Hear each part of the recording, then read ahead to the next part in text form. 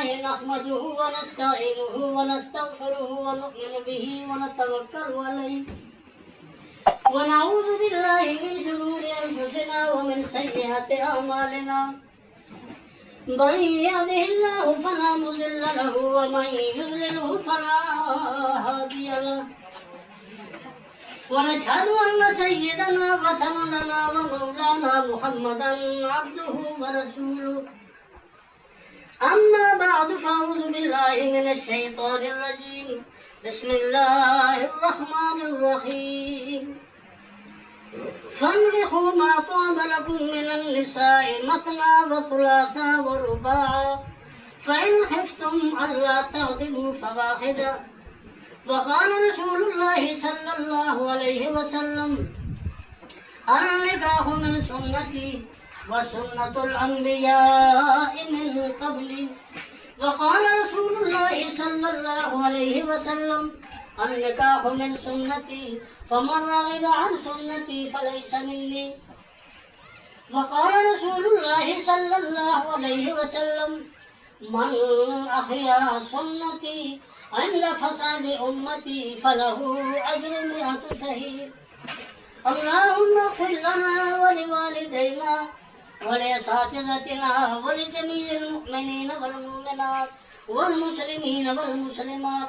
الأحياء منهم والأموات من الجنة والناس أجمعين اللهم تب علينا قبل الموت وارحم علينا عند الموت وسهل علينا سكرات الموت ولا تعذبنا بعد الموت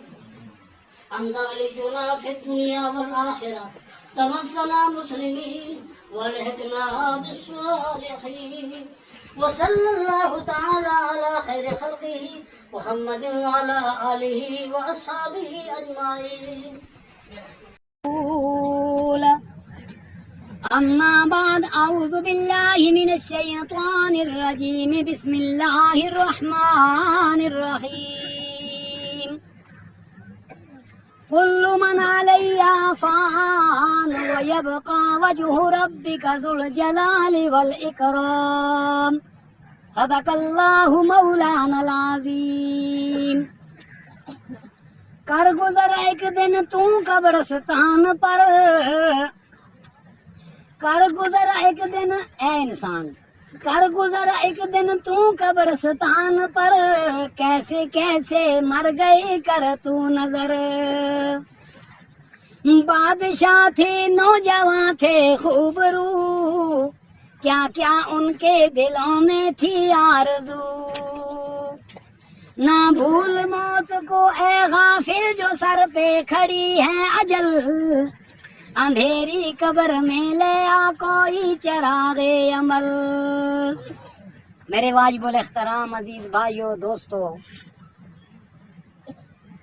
آج ہم سارے